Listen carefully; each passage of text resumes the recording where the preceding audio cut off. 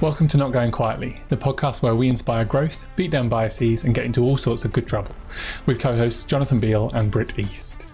No topic is off limits as we explore ways to help everyone leap into life with a greater sense of clarity, passion, purpose, and joy. So get ready to join us for some courageous conversation, because Not Going Quietly starts right now.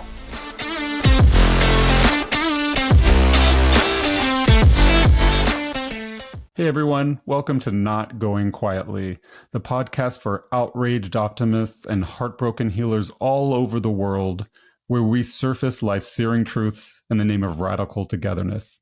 My name is Britt East, I'm your host. My co-host Jonathan Beal is on sabbatical still, which is a major bummer, but you're in luck. We have an absolutely fantastic featured guest today, and I can't wait for you to meet him. So let's dive right in.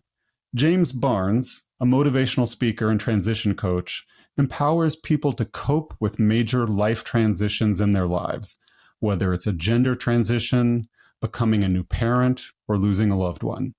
He researches and teaches how to heal our relationship with ourselves, get comfortable with being uncomfortable, to grow our ability to handle stress, and rebuild our foundation for our identity and core values.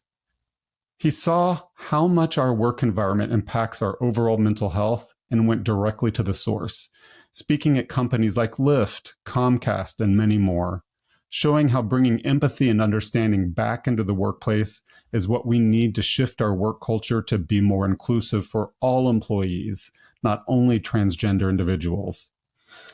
He is also a very proud father of 2 incredible kids, married to his best friend Courtney, and loves good books. Right now, he is reading Daring to Lead by Brené Brown and is a fan of delicious vegan food. James, it's so great to see you. How are you today? I'm doing really, really well. Thank you for that amazing intro. Just had therapy, so my brain is just going through all sorts of things. I'm really excited for this conversation, in a great headspace. So yeah, how are you today? I'm doing great. I'm excited because since you just had therapy, you're probably really open and we can dive right in and get straight to it. Yes. One of the things as we read in your bio is that you do some corporate speaking events, and I have a background in the corporate world, not as a speaker, but just as a worker. And, in your speaking events, you're helping raise awareness, stoke curiosity, entice empathy in the corporate world. And yet, at least in my experience, a lot of these companies that apparently believe in diversity and believe that diversity is an ongoing competitive advantage still retain a straight, white, cis male leadership team. So I was just wondering, from your side of it as a corporate speaker, which is a kind of a unique lens, what do you think it's going to take for more leaders to be willing to share their corporate power?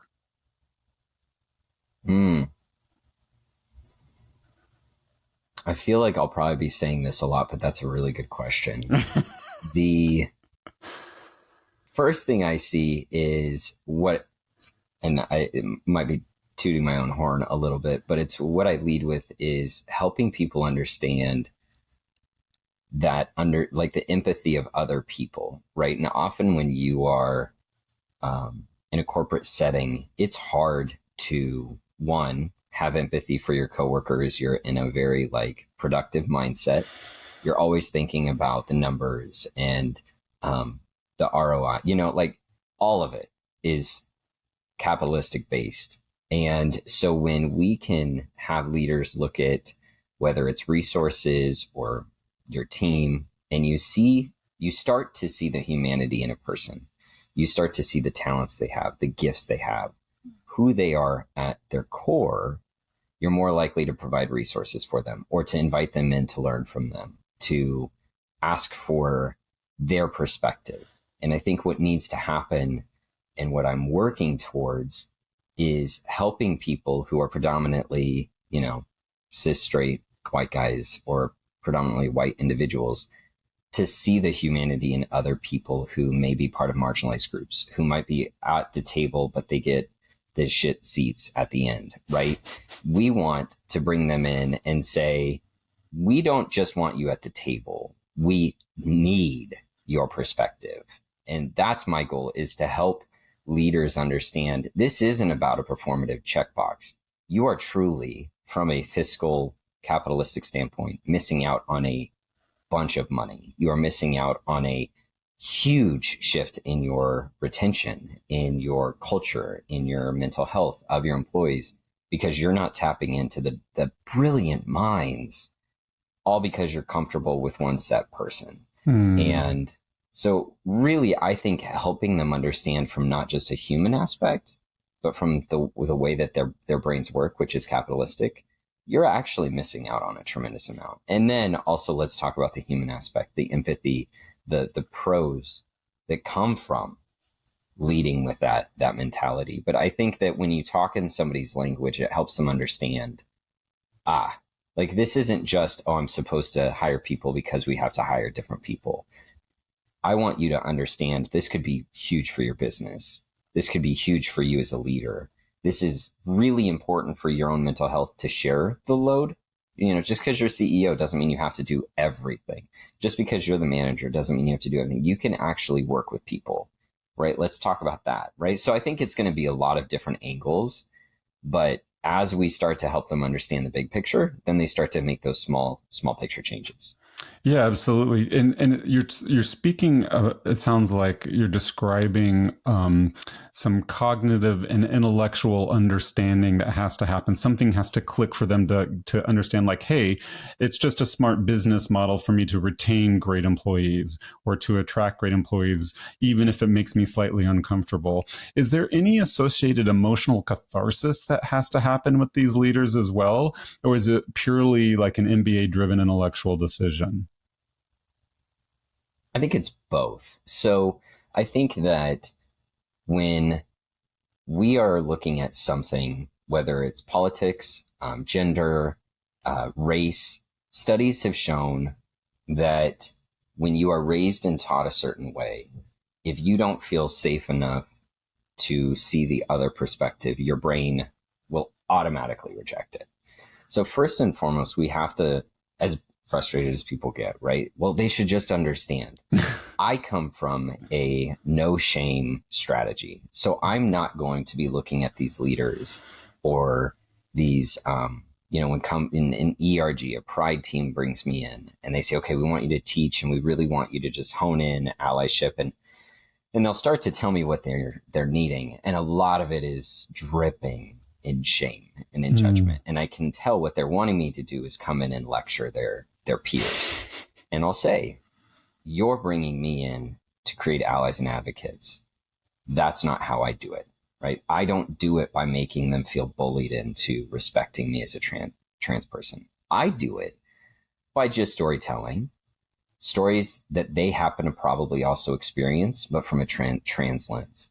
And all of a sudden they start to understand, oh, I went through my own transition and I was really grateful that my employer did have resources, or I went through my own transition, maybe becoming a parent, losing a loved one, a promotion or a demotion, and my company did not have resources. And I remember how devastating that was. Now I can understand why James wants resources, right? So there's this strategic empathy that I'm doing that they aren't even aware that's happening, right? So it doesn't always have to be this really emotional cathartic, like it doesn't have to be where they have a breakdown in front of me, but it can be just enough that their brain creates the wave pattern of, oh, we're not that different. And when we are told we have to bring in diversity, or we have to bring in this, or we have to support trans people because if you don't, you're going to get canceled. Nobody is going to be like, well, that sounds amazing. That's exactly what I want to do, right? They're going to be like, no, the trans person's the villain, or they're the bully, or whatever marginalized group, they're the bully, right? And that's not true, right? You and I understand that these are civil rights we're talking about. Right. But I'm a very big advocate of let's look at the science. And the science shows that we have to create a space where their brains can sit back and go. Because what we have to remember is we're not just dealing with a leader in charge, right? We are dealing with, statistically, it's straight cis men. So we're not dealing with that person.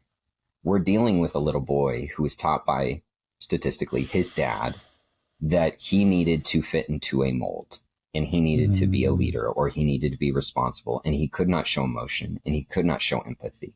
And that little boy grew up to be the CEO.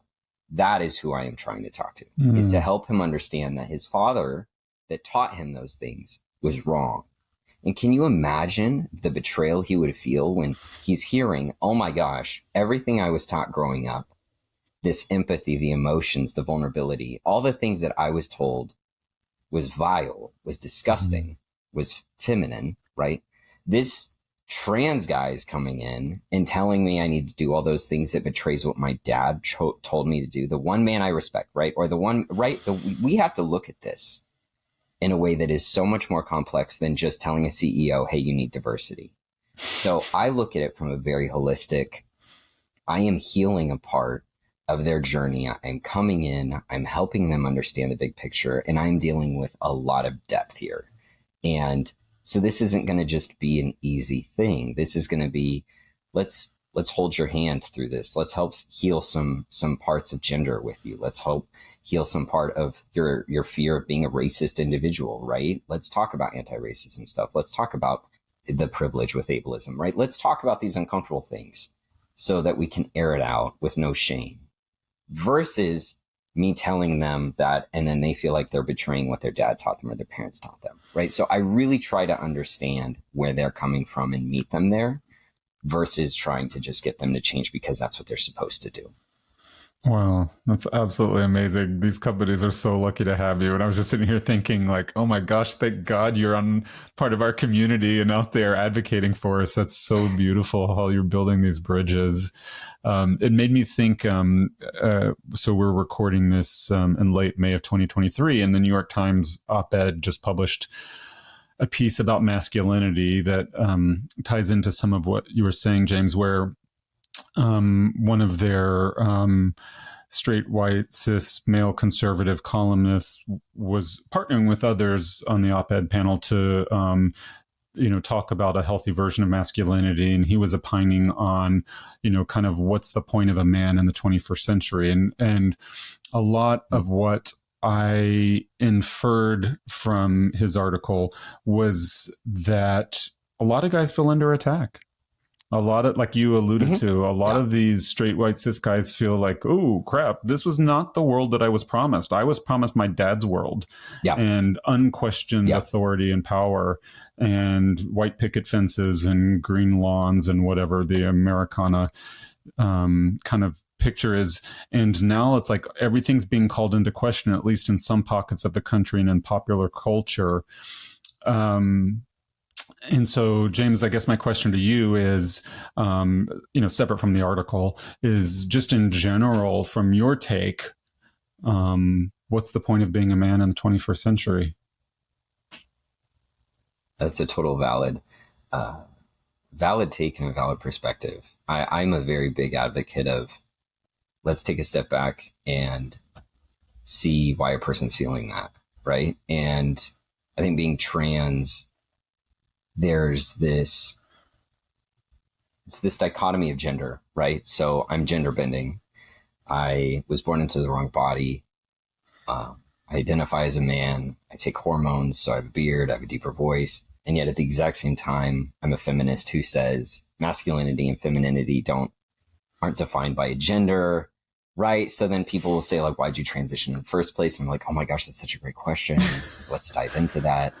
And because it's nuanced. Being a human is nuanced. And I think that what a lot of cis men are feeling right now is this lack of nuance. It was all or nothing, right? Either you are a man or you're nothing.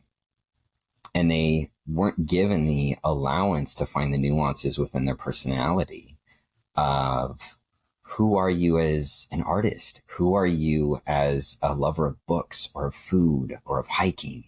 Who are you outside of your masculinity? Because your masculinity is beautiful. I love masculinity. I love femininity. And each person has a very different definition of what that means. And I honestly could care less about what that means to you or to somebody else. What I want to know is, who are you when you're afraid? What makes you happy? What makes you silly? What makes you feel like, oh my gosh, I got to dance to this song, right? What makes you a human? And men are not allotted those nuances. I know that because I saw my life before I transitioned, and I was allowed all sorts of nuances. I was allowed emotions. I was allowed to talk to strangers. I was allowed to say hi to kids. I was allowed to be myself in a way that when I transitioned, I realized, oh, damn, there is a very strict box I'm supposed to fit into as a man. And it is like to the T what we stereotypically paint man in. You know, do not talk to children. Don't talk to strangers. You know, don't talk to women. You're flirting automatically. You're a man, right? And there's a time and a place for your leadership. There's a time and a place for your emotions. There's a time and a place. And it's terrifying, right? So before I transitioned, I could, you know, we traveled a lot, and my mom and I and my sisters always would be the family who would help the other family on the plane with the crying kid. Like that was just always our role. We would just we would rally together. We'd get the kid to be happy, and the parents could have a break on the plane. And as I started to transition, I started to notice parents being less and less comfortable with me helping. And then it got to the point where unless I showed them a photo of my kids, they would just straight up ignore me. And it was devastating to me. And it was such a visual of how lonely it is to be a man. And so when you are isolated like that, and yet you knew what it was like beforehand, because a lot of cis men think, well, yeah, that's just life. And I'm sitting here going, it doesn't have to be. I knew it before. I knew what it felt like to get hugs from people. I knew what it was like to be at a party and not feel like people were threatened by me, or that, you know, people were scared if I was the only one in the room with them, right? Like I know that feeling. And now I know the feeling of feeling in solitude, because friendships are 10 times harder to build. You know, I always joke, it was so much easier to build friendships in 5 minutes at the club in the women's bathroom than it's been to build friendships with guys in 5 years. And women always get what I mean. They're always like, oh my gosh, yes, that's like the best. The women's bathroom at a club is like it's like its own little like culture. And, you know, guys, you walk in, you look down, you don't talk, and you get out. That is the epitome of the difference of genders. So when you take that and you look at a guy and you say, all the things that you were told to be are negative now, there is no other depth. There is no other nuances that they're allowed to say, oh, that sucks. But, you know, at least I have fill in the blank. For healthy men who have done the work, who do love art or reading or whatever it is that gives them life. Yes, absolutely. They might listen to this podcast and say, yeah, well, I have depth. Good for you. That's amazing. But there are a lot of men who were literally told, your masculinity is your gift to the world. And now they're being told, not only is it not a gift, but it is a weapon. And you also, though, on top of being weaponized, are not allowed to cry about that loss. You're not allowed to feel sad about that, because when you feel sad, you're called weak. So from my perspective, I have a tremendous amount of empathy for men right now, because they have not been given the tools to do the adequate work to figure out what the nuances are in their life. They haven't been able to figure out how to build a community around themselves, to build up their identity, to build up their support system, to cry and grieve the loss of what they were taught. They have not been given the resources, but they have also been given the responsibility. And that is a very heavy burden to carry. That does not invalidate what women have felt in marginalized groups. I'm a big advocate of two things can be true at the same time. So absolutely valid that women in marginalized groups are mad at masculinity, toxic masculinity, right? The stereotypical, absolutely valid. But what men are feeling, it's hard. It is very, very difficult right now. And I know that. I've seen it. So yeah, I think it's a very complicated topic, but podcasts like this are really important, because you're creating a space for those nuanced moments, for that learning, for that support system. And I think that's vital right now. Yeah, thank you. You know, it's like we're not apologizing or denying the reality of anybody. It's what's the alternative? I mean, we know shame is not a change agent. We've systematically denied these guys rites of passage, moral education, cultural education, outlets, for, like you described, for emotional release, bonding. Their role has changed so dramatically since the Industrial Revolution, and especially now that there's no compulsory military service. So, if you look at their grandfathers' lives and their lives, they're dramatically different. And I have a lot of empathy that why they might be confused. And like you said, they're not allowed to feel anything but anger. That's all that we allow men to feel. So why are we surprised when that's what they express is rage? So, I'm, like I said, a fan of radical togetherness at the top of the show. And I just think, like, yeah, I mean, I get really angry, but it's like, the truth is that if you believe that we're all in this together, then what's actually going to drive change is kindness, compassion, understanding. And if you look at it from their perspective, it's really easy to see. It's simple math here. It's really easy to see why there's so much pain and suffering. And so I appreciate your wisdom on that. You got me thinking about queer men as well, in that we were kind of focusing on straight men, and queer men have been on a slightly different journey. We've done a number of episodes on this podcast where we purposely kind of shine the light, air their dirty laundry in the name of love, and shine the light on some of the fractures in the communities so that we can understand how we might be made more whole culturally together. We've done some episodes on the relationship between gay guys and bisexual guys, gay guys and straight guys. And, I think that all of these groups bring their own flavors of magic to the healing table.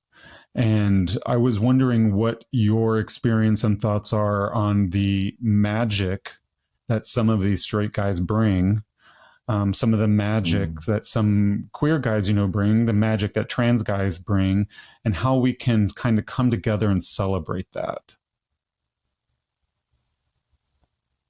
That's a great perspective. I think that it's really important to celebrate the different magic that each community brings, and the overlap, that the ability to say, how can we use all these gifts together to create something really epic?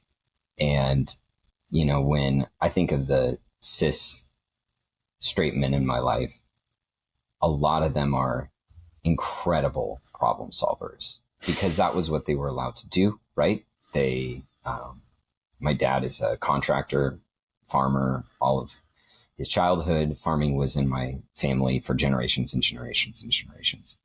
And a lot of the men in my life have been amazing problem solvers. I could give my dad a problem and he can fix it, whether it's contracting or something else. Just his brain is brilliant. And I just stare at him like, how did you get there? That's truly remarkable.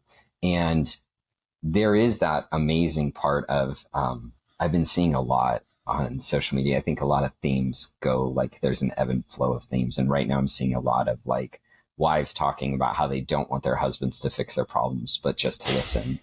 And it is an ongoing theme, right? It's definitely something that it's a real problem, but that was their job. That's literally what we tell cis straight men to do is, become a leader and solve problems, right? You have a problem providing for your family, solve it, right? You have a problem with not fitting in, fix it. You're not on the sports team, fix it. Find a problem, fix it, right? And so they're doing their job. And then these wives are like, stop doing that. We need you to do this emotional thing that they've never been taught to do. And so the comments are often like men being like, what do you want from us? Like, that's what we're good at, is solving problems. And you're mad at us, and I always laugh because I'm like, oh my gosh, if I could just have an hour with all of these people. Because that is such a struggle, because they're doing their best. While they're not doing great at listening and being emotional, they're doing their best with problem solving. I think when it comes to gay or queer men, there is this magic of being able to, for the most part, heal and embrace that femininity that a lot of straight cis men are not. They don't entertain it at all, right? They do not make space for that. And I think that it is beautiful when I get to watch my gay friends talk and they are more vulnerable, or they're more open, or they're more willing to build a community, right? A lot of gay men have this beautiful community around them. And that to me is just spectacular, to watch them lean into their community so much that it's like this family they created. And it is really a gift to watch this community that didn't exist. And then you get like 10 gay guys together and it's like this like micro family, and it's truly amazing. And I think like that is just a spectacular thing to watch.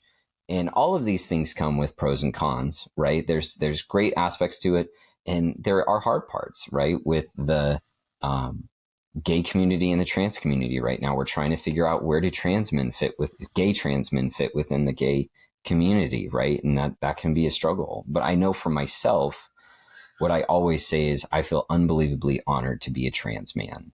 And that's because I have this gift, and other trans individuals have this gift of seeing the world through multiple lenses.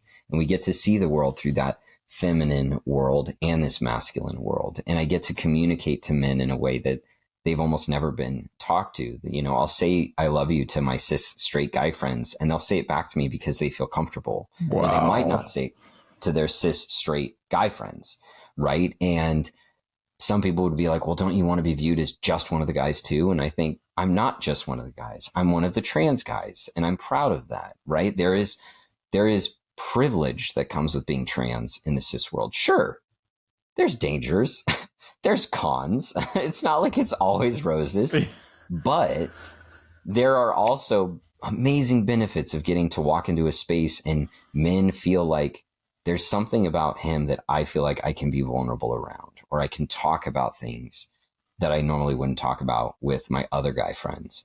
And I see that as an honor, right? So I think that all of us as men have different gifts, or like you said, magic that come from the experiences we have. The important part is making space for those instead of viewing it as a negative thing, thinking just like a family, right? Every family member has different things they often bring. And, you know, like for me, I have a family. One of my sisters is unbelievably clean, and we always gave her crap growing up.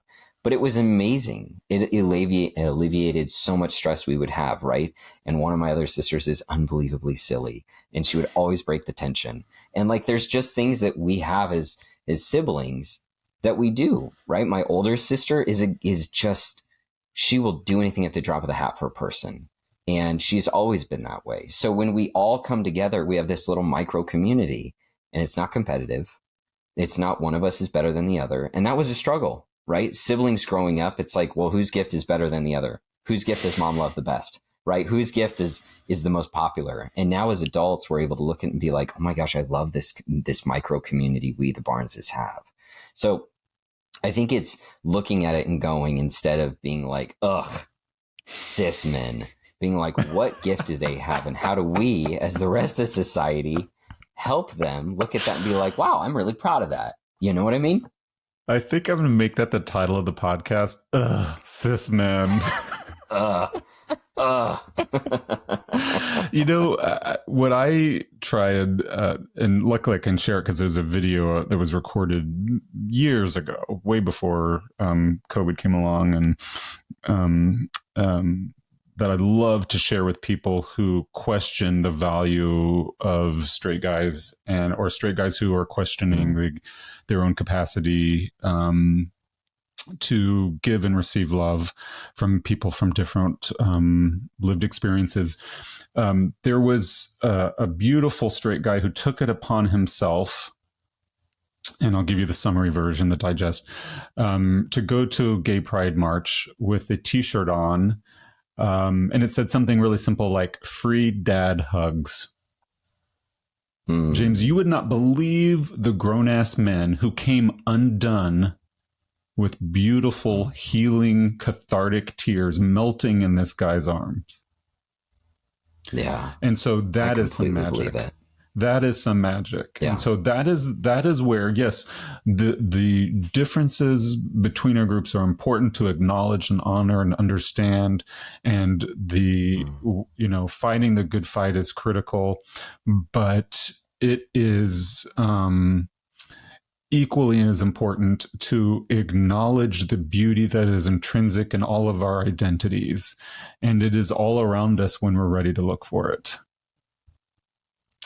Absolutely. And the privilege that comes with that. Exactly. Yeah. We're so used to thinking about, only straight privilege or only white privilege and stuff, but we're all complex mixtures of privilege and adversity. I've witnessed firsthand what you described about my ability to heal straight men by virtue of my identity and my lived experience and my cultural awareness and knowledge and the gifts that I can give them and vice versa. And it sounds like you've witnessed that too. And I think that is an underinvested segment of our struggle. We get hung up in the outrage porn. We get adrenalized by the anger. A lot of it is appropriate, frankly. We're not apologizing for anybody. But it's equally as important to heal. And so that is what attracted me to you from the beginning, the way you manifest this aura and this energy that you bring to your work immediately stood out to me. And it was one of the reasons I reached out to you. And it also has me curious about, in your personal life, what it has been like, what it has felt like in your body. I mean, even as you have given yourself more permission, an ongoing gift to give yourself more permission to display more of your true colors, more of your own authenticity, as you've gotten more self-empowered, taken up more space in the world, especially in this highly imperfect culture that we're describing.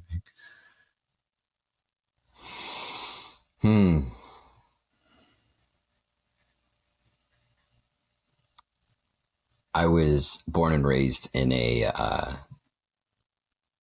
religious household. So I had my mom and dad were missionaries and pastors. And my parents weren't too much on the whole perfect religion, but we went to Baptist school. Church was every day. And shame was inevitably ingrained in that. And when I came out as trans, I just kept thinking, I want to do this in a way that's the least judged. I want to be accepted as a man. I want to be accepted as approved. I want to be approved, not accepted. I wanted that stamp of approval. And I was doing all of it. I had my steaks and my old fashions and my suits, very Don Draper. All of it, right? I just fit it. I just did it all. And what I didn't talk to anybody about was this porn addiction that was like clinging to me, like just seeping into me. And yet to me, it still felt like, well, I'm doing the manly thing, right? Like, this is just like, I'm hypersexual, I'm masculine, I'm working out all the time, I've got my alcohol, my whiskey, my steaks, all of it. Had a huge mental breakdown. And for the very first time, it felt like I was healing my body. Like I sat in my sadness and let it be okay. Like I didn't have to heal to make anybody feel better. I just was allowed to feel it. I felt my femininity and I didn't apologize for it. I just embraced it. And I started realizing how much I loved rom-coms again and how much I hate horror movies. And that there's parts of me that I was loving because other people loved them. It's not that I actually even liked them. And that's truthfully where the brand I have, the Trans Coach, that's where it came from. Is it was birthed out of this complete breakdown that could have been felt of shame, right? I could have looked at it and thought all of that shame I'd been taught to feel, I could have just kept that going. And it was such a breakdown that I thought, I don't want to live like this anymore. And I don't want to lead like this anymore. And this isn't the kind of man I want to be. And you fast forward, and now I'm getting paid to literally talk to companies about empathy and understanding, which is a very feminine topic from society's standards, right? Quote unquote. I am a vegan who's dry. I don't drink anymore. I haven't watched porn in like 5 years, and I wear t-shirts and hats all the time. I don't, right? Like I'm not doing it right. And I love it. And I love it. I love that this is when people say, like, when they think of a man, my first thing is to think of myself. And when I think of that, I think like, oh, that's exactly the kind of man I want to be. This is it. I'm living it. And the parts of me that I look at and I go, I want to wake up earlier, or I want to show up more in my marriage or whatever. I look at it and I think like, I'm going to enjoy the process of getting to that. I'm not going to see it as a letdown. I'm not failing myself because I'm not doing that now. I'm just going to enjoy the process of growth to that. And it has felt unbelievably healing. And I just feel like electric all the time because I get to wake up and I'm unapologetically myself. And I don't do something and I think, I'll do this because fill in the blank will like it. Right. I have realized like what my core values are about is kindness and helping people. Well, that's easy. I can do that and I don't have to hurt anybody. Great. Cool. Awesome. You know, my core values are do no harm. Great. Cool. Became a vegan. That was easy. Right. Like those are the things where I looked at and I go, my core values, are they aligning with who I am? And I think often what we deal with when we're talking about men and they get this like knee-jerk reaction of fear of marginalized groups or talking about racism or talking about gender or whatever it might be. What I realize oftentimes is they themselves sat down and thought of their own core values. Like, what is true for you? And truthfully, if you were to sit down, all the things that a lot of us are saying, you agree with. You really don't want to hurt people. You don't want to be a bully. You don't want to be stuck in that anger that you're only allowed to feel. You just have not been allowed to define for your own self the moral values, the compass that you live within that is true for your own integrity. Mm-hmm. You've been doing what you were taught, which is what from your father, what he was taught, or from the church you were in, or the whatever career that you were indoctrinated with, whatever. And it's not just men. I've watched it from all walks of life. People just will do what they're told because that's how society works. And that's why I view being trans as an unbelievable honor, because it helped me look at it and go, right? Like let's put brakes on this. I think I need to reinvent this, right? This isn't working for me. And I was given the gift of pausing and to reflect on what gender meant to me, what my identity meant to me. But I didn't do it right the first time, right? And this is where I preach to trans individuals is what happens is you go from one box to another because boxes feel comfortable, right? So that box didn't feel right to you. So then you go to the other box, which is what I call trans bros, right? They become misogynistic like I did, right? I'll just fit into that box. I'll just fit into masculinity.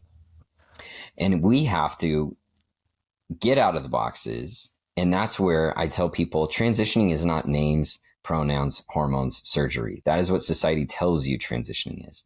Transitioning is way more about inner work. And then all of a sudden the conversation can be interchangeable between becoming a parent or losing a loved one or promotion. And that's where my work came from, is when I started to notice, oh shit, when I take away the names, pronouns, hormones, and surgeries, this is literally just growth. This is just identity development. This has nothing to do with gender. Has everything and yet nothing to do with gender. And that's when I started to notice allyship can happen by helping others understand that they are a lot more like trans people, and helping trans people realize you are a lot more like cis people than you realize. Like we are all a lot more alike, and we can help each other and we can learn from each other and we can be a community. It does not have to be us versus them. So I think that was a very long-winded answer for you. That is beautiful. It sounds like you're describing a process of alignment or realignment in many ways, like coming home to yourself. And, like, it's maybe not that dissimilar to the queer journey where it's like, oh, I get this clean slate. I'm now unencumbered. I've been cast out of society. So now I'm unencumbered by the social norms and pressures, and I get to figure out what I want and what makes me happy and what makes me tick. That is a huge privilege in an inverse sort of way, in a roundabout sort of way. And, we can obsess about the pain, and the pain is important, and the harm is important to acknowledge, but there's also great advantage in it, that then we flower in a way that most men are punished for, frankly. The man box culture is punishing, as we've all experienced. Everybody's experienced it, regardless of your your journey. We've all experienced that, and it's also, like you alluded to, it's culturally constituted. What is defined as masculine shifts over time, and this is kind of where I'm going with this, James, and is that I've been struggling over the last 5 years to figure out, like, okay, what equity am I getting out of these labels anymore? I mean, the labels, when I first applied them, were thrilling. They were subversive because I'm an age where it was deeply dangerous. And in a lot of places it still is. And it was also thrilling to find a new part of me and claim it and own it. But as I've gotten older, the labels, especially around gender, especially around the expression of masculinity or the orientation of male or man, none of it resonates for me personally. It's almost like this set of traits that have been somewhat randomly aggregated, to preserve order and patrimony and passing down wealth from fathers to sons. And, I struggle to think of a single masculine trait that can't be fully embodied by a woman, and vice versa. And so it's like, I'm just like, what does it all mean? It's like I've done this full circle thing where it's just like, I feel like almost words like agender or post-gender resonate more with me because it feels like a game at a certain point. The qualities, I can speak the language, I can play the game, and I can certainly use the game as a lens to love, a vehicle to love others. But when I'm just by myself, I just think of myself as me, or when I'm in my marriage, it doesn't matter that we are both gendered by society as men. We're just married and spouses, and it's more about the love. So I guess my point to you, my question to you is, what do you feel personally in your life the value is today, where you are in your journey, as gendering yourself as a man? I actually just had a conversation about that specific thing in my group coaching call this last week, and I have a coaching program for trans masculine individuals, trans men. And somebody asked that. They said, I thought this far into my transition and with the program, like I would know whether I'm non-binary or a trans man. And I smiled and I said, I think that what we often do is think that it's this arrival. Like I've decided I'm a man. This is it, right? Or for you, I've accepted it. This is it. Now I'm excited about it, or I've embraced it, or whatever. And what I said is, I think of my masculinity, or not my masculinity, my manhood, right? Being a man, as something that I do in society, right? I don't identify necessarily with non-binary. I identify as a man. And when I'm at the doctor's office, I check the box. And if somebody asks if I'm Courtney's partner or husband, I'm going to say husband, right? There's certain labels that just feel like home to me. But just like I am a book lover who does not read books 24/7, or a vegan who loves really delicious food, I'm not eating food 24/7. There are parts of me that have their time to shine and then they go away. They're just not important. They're not crucial parts of my identity 24/7. And that is how I've started to evolve into my relationship with labels and gender.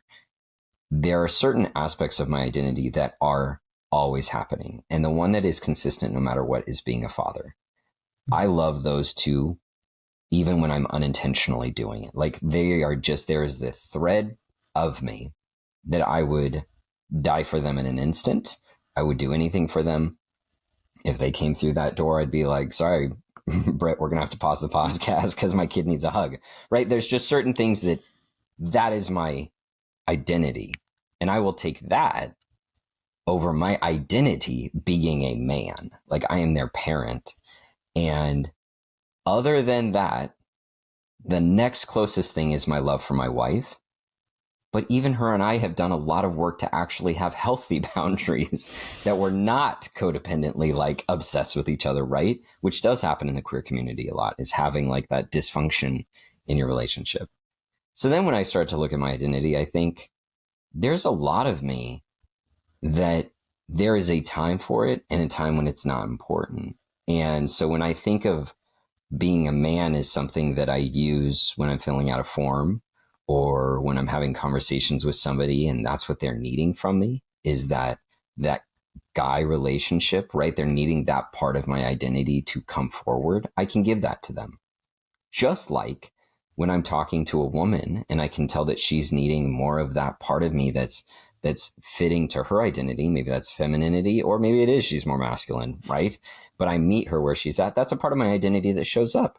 Just like when I'm reading a book, I'm not going to be reading a book thinking about something else. I'm fully in that book. I'm fully present as the book lover that I am. And all of a sudden we get to look at these identities as parts of these hats that we take on and off. And it doesn't have to be our skin that we wear, but it just gets to be a part of us that we get to take on and off. And that freed me up from having to have being a man means something that was concrete. And it gave me a lot more freedom for it to be, without using the word, fluid. It just got to be more fluid in that feeling of, oh, I don't have to know all the time, right? This is just something that like, this is comfortable for me. Like if I had to choose between woman, non-binary, man, I'll pick man, right? That fits for me. But when I'm we're at a barbecue and all of the guys go in the garage and they play pool and they're talking about super shallow stuff that I just do not care about, I'm going to stay in the kitchen and hang out with my wife and her friends, and I'm going to talk about the stuff that they talk about, or I'm going to ask them how hard their week's been, or how's parenting going. I'm going to be vulnerable, right? Because I get to in that space. That's where I'm going to feel like I don't need to fit into society's category of man, right? That's just not something that I'm going to be rigid about. And that was really freeing for me. Rom-coms, I always joke, were the moment that I really embraced my identity, because I really started to notice how much people would say like, oh, have you seen, I will say I really liked Avengers movies were like my little vice, because they're just enough silly that it worked for me. But for the most part, I don't love heavy, dark thrillers, like action. They're not always my go-to. And I would get insecure that people would be like, oh, have you watched so-and-so? And I'm like, no, I just watched You Got Mail for like the 15th time. And, you know, there was a part of me that was insecure about that. And then when I started to embrace it, I realized, oh, I get to define what man means. Like 100%. I 100% get to define what this means for me. And it does not have to fit any mold. So if for you, that might mean something than it means for me, that's okay. That's fine. It does not have to fit one set mold, and you're allowed to play around with what that means. And you're allowed to kind of have it be more of like a tactile experience where you're just like my kids will play with stuff and they don't need it to be something, right? They don't need the Play-Doh to turn into anything. They just get to play with it. And I think like that's how we as adults need to get back into that childlike mindset. If we're just playing around with it, it doesn't have to mean something. It just is. That's so cool. That is so cool. And yeah, you gave me a lot to think about there. And I was starting to think, wow, a lot of what you're describing sounds like it requires a certain amount of safety and security, to explore those roles and differences, to invest in yourself and your own healing. And made me think about what are some of the ways that we can begin the process of healing ourselves. We are all kind of in this same roiling soup of this cultural storm, thrown together in this pluralistic society we're in. And a lot of us have not created space or had the capacity to start to claim the uniquenesses of our identities, own the ways in which the universe is dancing through us, and begin to heal. And, so maybe we can then leverage our wisdom and flair. For queer people, I'm thinking about my own journey here to then, of course, heal masculine and feminine people, and through all walks of life. So I guess, James, my question to you is, since you are a coach, how do you start to work with people who are just now awakening to the fact that there's so much more to their lives? Mm-hmm. The first one was a tool that I was taught. I was reading a blog. I don't remember. There's a few different authors it could be that I can't remember exactly who it was, but it's basically you lay down, and it's an action, right? So this is a real tangible action that you can do. And you lay down, you set aside like 20 minutes, and you set a pillow underneath your leg and a pillow under your head, and you put your hand on your belly, hand on your chest, and you talk to yourself about how safe you are. So you're safe, James. You're allowed to feel all of your feelings. You're allowed to feel angry. You're allowed to feel sad. You're allowed to feel angry. You're allowed to feel sad. You're allowed to feel excited. You're allowed to feel nervous. You're allowed to, whatever it is. And you just verbally talk out how safe you are to feel emotions. And for a lot of people, that is sometimes the first time in their entire life that they have actually heard, especially for men, that they are safe to feel anything other than anger. So that can be a really healing. The first time I did it, I just sobbed. It took about 10 minutes where I just thought, wow, I feel really silly. And then all of a sudden it just flowed. And I just was like, oh my gosh, I've been holding this in. And that was really, really like jarring for me. That was really when my breakthrough started of how much, what else have I been holding in, right? Like, what else have I been not healing? And so that was something that I encourage everybody to practice. That, as silly as it feels, you don't have to do it around anybody. You don't ever have to tell somebody you did it, but that can be very healing. To just say out loud that you are safe to feel what you feel. And then the second thing that's less odd to try out is something along the lines of just writing out a list of things you've always wanted to do. Just nobody's ever going to see the list. What are things that might be something you normally wouldn't approve of, right? Like maybe have you always wanted to paint your nails, but you've never done it, right? Or you've always wanted to go get a pedicure, or you've always wanted to go see a rom-com, or you want to watch that show that's a reality show that all the girls in your office talk about, but you don't because you're like the guy in the office, right? And what is it? What is it that you want to do that you are keeping yourself from doing in the name of misogyny or in the name of masculinity or whatever it is? And just write out a list of everything you wanted to do and what is the closest to comfortable. I am a big advocate of get comfortable with being uncomfortable. So if you're wanting to do any type of self-growth, you have to just get a little bit uncomfortable. And this is where, when you are healing a part of you that society has told you for a very long time, this is who you are, this is how you exist in our space, it's inevitable that it will be a bit uncomfortable. So try to do things that are within reach, right? Just a little uncomfortable. Maybe, if you have a girlfriend and she's going to go get a pedicure, be like, maybe I'll go with you. And you'll be amazed at how many men get pedicures and how normal that is, right? But if you haven't ever been around it, that might be life-changing for you. So that's what I would say, is just start with small actionable steps you can do that help you feel like, okay, I can get a little uncomfortable here, but it's not going to devastate my whole identity.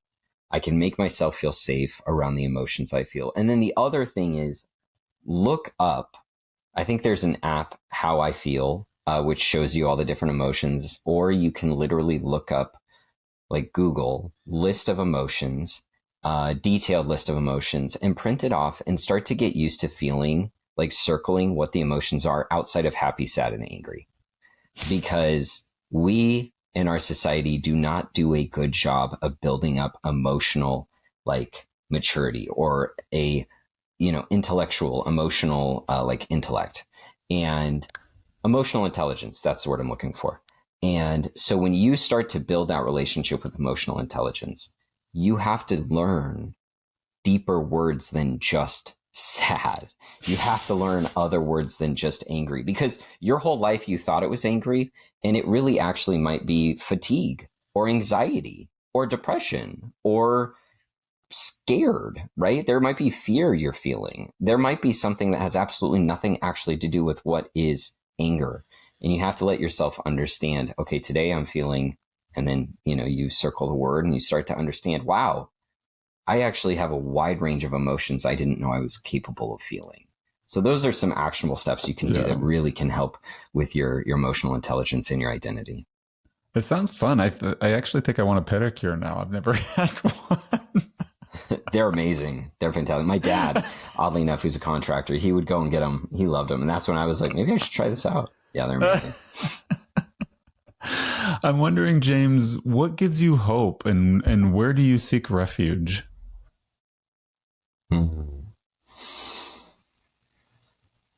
I see hope in a lot of different places. One is my kids. Their eagerness for curiosity reminds me of my own capacity for curiosity, that it's not gone, that I can have that.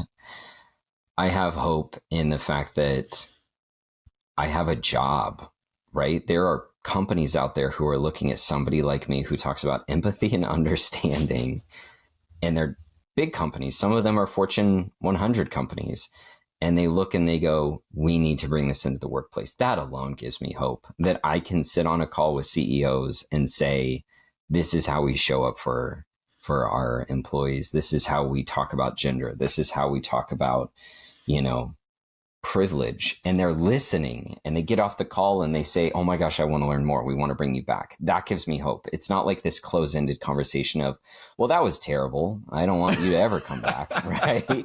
They're like, this is awesome. Right. So that gives me hope. The fact that a lot of times people are seeing what the media is showing. They're seeing a lot of fear.